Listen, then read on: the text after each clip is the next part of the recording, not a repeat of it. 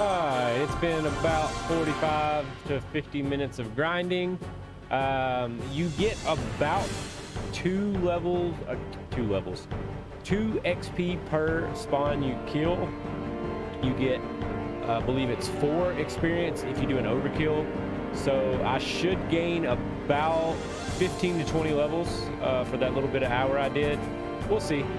Now we're going to go ahead and finish off the sin spawn, or the sin fin. We should be able to make pretty quick work of it. We'll get summon Valapor and use our overdrive on it.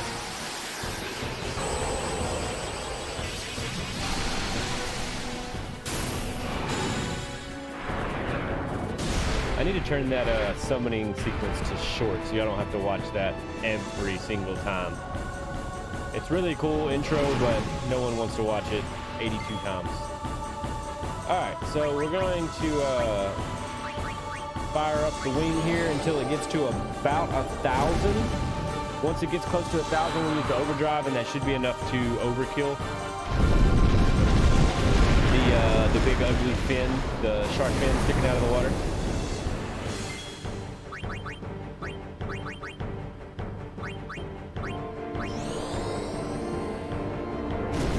The sin spawns shouldn't be able to kill Valapor, but I don't know, they all three attack it, it might. The Valapor doesn't have a way of healing us, healing herself, himself, itself. I would say Valapor is a female. It just looks like a female to me. Got feminine features.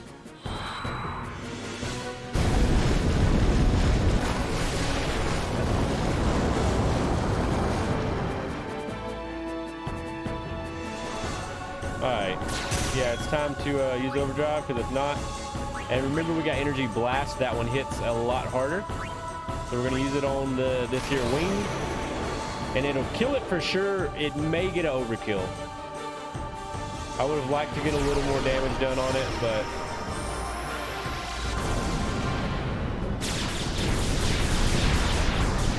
yep, overkill. Nice. So that ends that cutscene. One thing you want to make sure before you finish this is make sure Waka and Titus have full health, because we are about to roll straight into another battle. That totally looks like a slowpoke tail.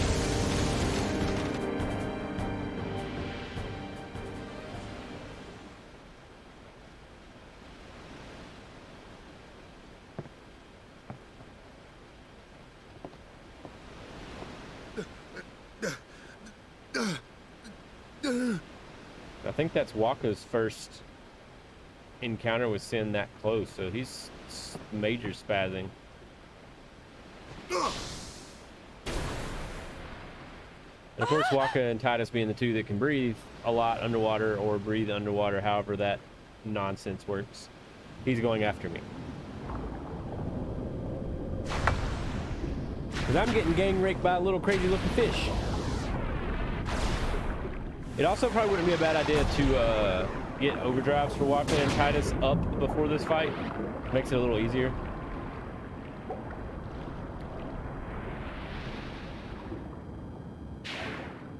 It's a cool little cutscene where he, like, it's a in-battle item being used in a cutscene. It's kind of cool. I don't remember a Final Fantasy doing that in the past. Before this one, anyways. Using a Phoenix down. Pretty sure it's Phoenix down, because this isn't hooked on phonics. We're not learning to read.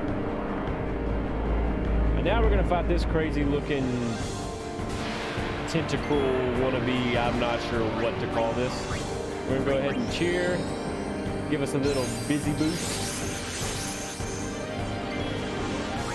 and we will use dark attack on the Sin Spawn,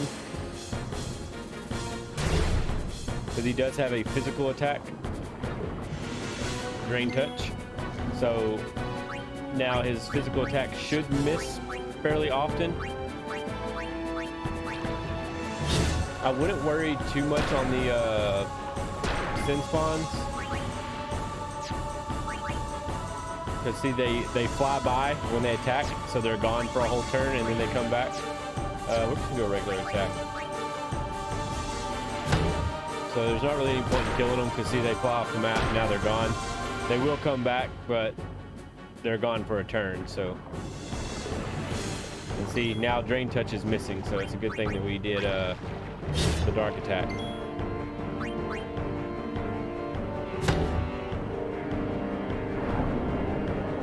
So he does, pretty sure it's Drain Touch, and then Blender.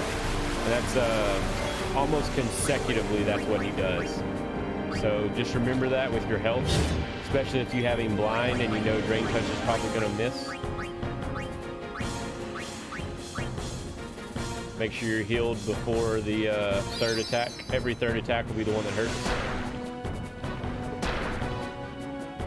Way to go, Waka. Yeah, so see, darkness wore off, so he didn't miss his Drain Touch that time.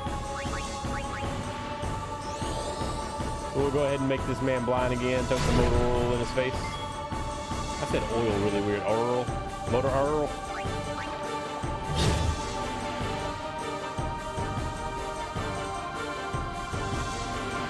So that's the second Drain Touch. So now he's going to use... Next he'll use Blender. So I need to make sure I'm healed up before that. Because Blender does do some damage. Plus we got these stupid fish. Go ahead and top off a health. And I'm playing kind of conservative right now just because I really don't want to die. I don't think I would, but it'd be cool to do a no-death run, at least up until the side quests and stuff at the end if we do those. Because obviously you're going to die in those, but I feel like a no-death run for the main game shouldn't be too hard if we play our cards right. So that's what we're going for, is a core game no-death run. I think we can do it.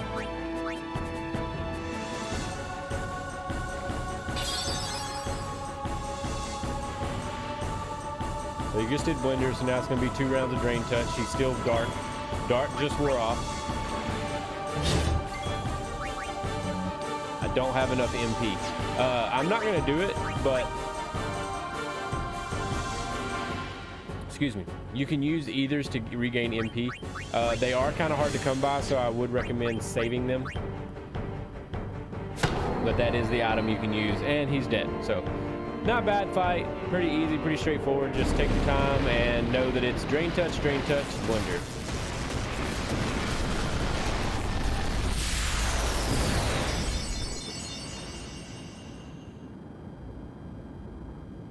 That's all she wrote. See how many levels I got. I love hearing this.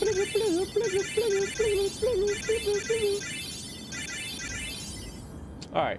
I said 15 to 20. It ended up being 10 to 15, but still not bad. 45 minutes of just hitting X. If you have a turbo controller, that spot is golden because you can literally put a rubber band around the X button and go watch a movie, go to town, do whatever you need to do, and you come back and you've gained 30,000 experience. But expect the game to be really, really, really easy after that. We also got 99 power spheres. Dang, boy. So we ain't got to worry about power spheres for a while. We also got a ice brand and a water ball. Now probably one of the most depressing cutscenes in the game. Like, this is where Final Fantasy gets real dark.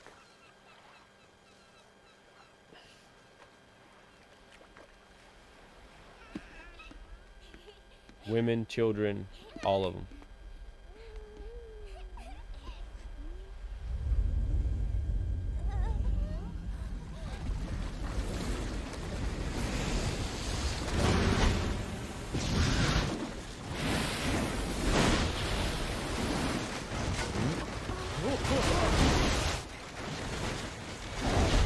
It's like a terrible version of a hurricane.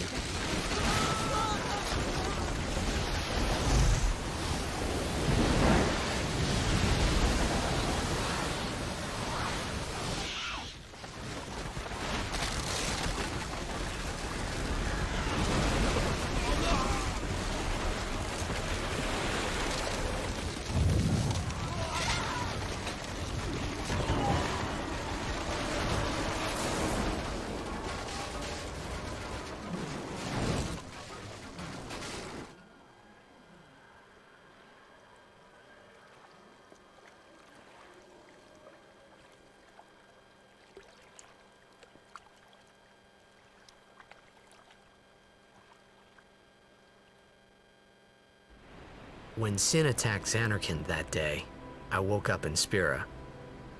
I kept hoping it would work in reverse, too. I will defeat Sin. I must defeat Sin.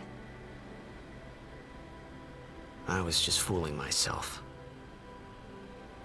Maybe it was that day, on the sea, under the burning sun. I started to give up hope. I was in a foreign world. I wasn't going home. This was my new reality, and I was stuck in it for good.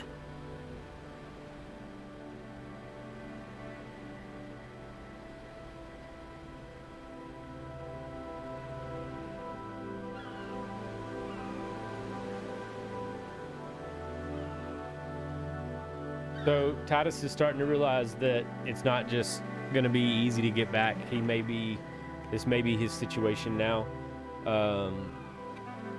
And you notice Yuna said, I must defeat Sin, I will defeat Sin. Something I forgot to mention before. Greetings. I am the summoner Yuna. I have come from the temple in Besaid. Oh, milady summoner! If there is no other summoner here, please allow me to perform the sending.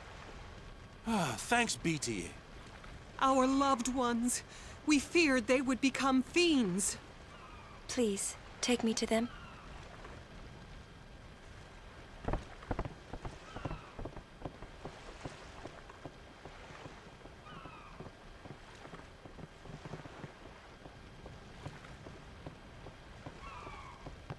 We'll go see what we can do to help in town.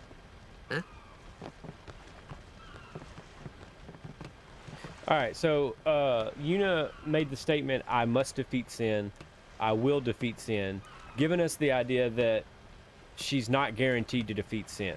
Up to this point, it might be safe to assume that if a summoner goes on a pilgrimage, she's gonna complete the pilgrimage, she's gonna beat Sin. We don't know this yet, and it's not a big spoiler, so I'll go ahead and say it. There are more than one summoner. There's multiple summoners going on a pilgrimage at a time. Like throughout this game, we will meet other summoners. And it may seem like a given that they complete the pilgrimage and fight Sin, but I don't think that's the case. If you remember when we were in the temple on Besaid, there was only 5 statues of high summoners in that temple. Well, it's been 1,000 years since Sin appeared and became a thing. When he gets killed, he's gone for 10 years and then he comes back. So if he's only been beaten 5 times, I'm assuming only 5 times because they only had 5 statues. Maybe there is more, but they only had, like, why would they recognize those 5 summoners but not the others? Because it was Lady Unaleska and some other. So it's not just like it's the summoners from that island. They had Lord Brosco, which is from the island, but they also had Unaleska, which is from Xanarkand. So those are the only 5 statues they had. So it makes me believe that there's only been 5 summoners beat Sin in 1,000 years, which means for 950 years, Spira has had to endure Sin. Like, they've had no relief from him, and he does stuff like this. So it really makes you gain a hatred for Sin, and I think that's what they're trying to do. The game developers are trying to make you really want Sin to die, want Sin to be the antagonist. So that's just another theory of mine. Let me know if y'all agree. If y'all think, once again, I'm looking too far into it. What are your thoughts on that? So we're going to continue along. We're going to hit the save sphere real quick like.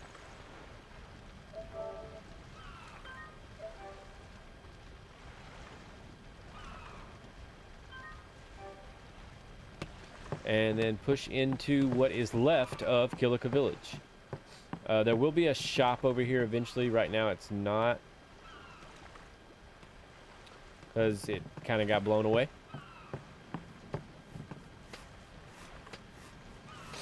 I feel you, bro.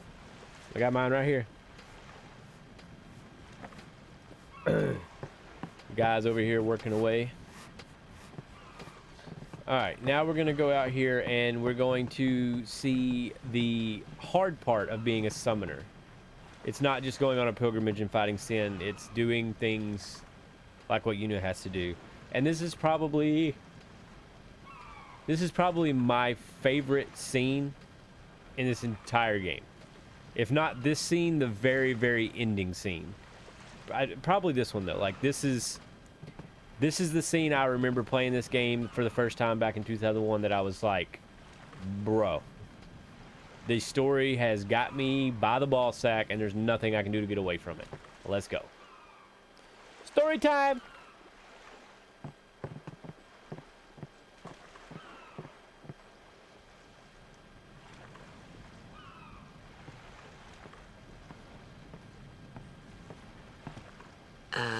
What's ascending? Are we going somewhere? You truly are clueless. Are you sure it's just your memory that's the problem? Lulu's calling us stupid. The dead need guidance.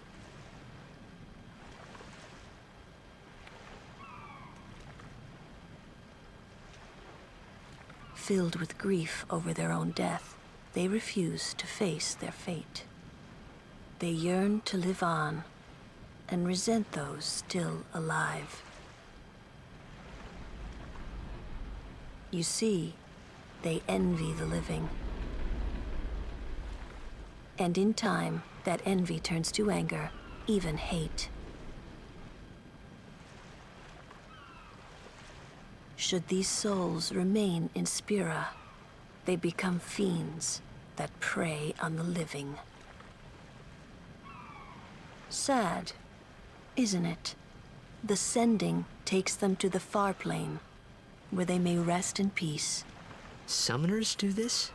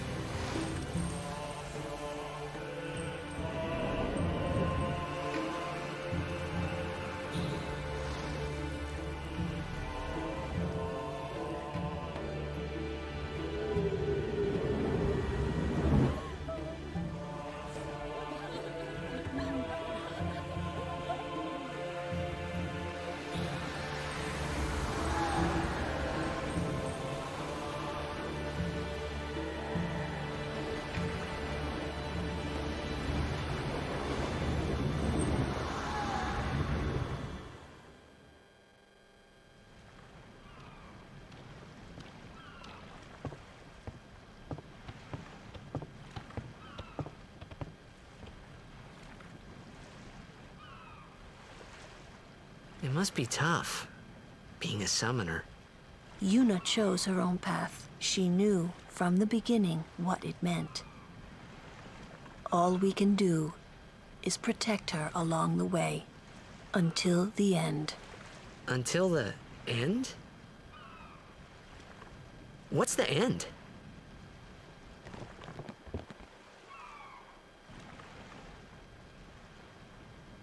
Lulu doesn't have the heart to tell him. Until she defeats sin. It's not a lie. The purpose of the journey is to defeat sin, but I hope some other things I that hope come I did along with it. okay. You did very well. They've reached the far plane by now, but no tears next time. Hmm? I wished there would never be a next time. No more people being killed by sin. No more sendings for Yuna. Everyone stood there watching her. It was strange, and somehow horrifying. I never wanted to see it again.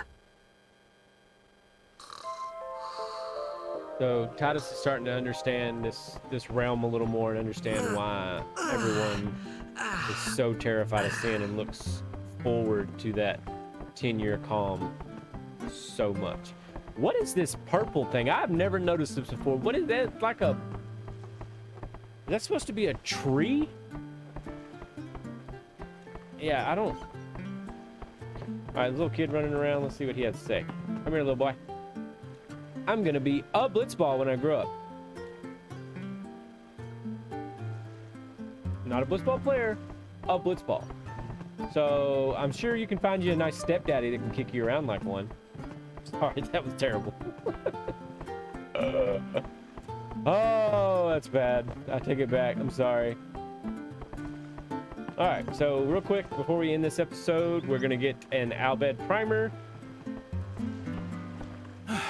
Hey, Captain Walker's waiting for you. I think it's this way. I'm almost positive it's this way. Yes, should be in here. Right in front of us on the table. Albed Primer Volume 4. So now we have A through D. Albed Pakahan? Pakahan. Yeah, I don't know how to... I don't speak Albed. Can't serve anything because we don't have anything. That's a good... It's a good reason not to serve anything. All right, so that is going to be the end of this episode. We will pick up right here. Oh, excuse me. We will pick up right here on the next one. Hope y'all are enjoying it. As always, may the Force be with you. Peace.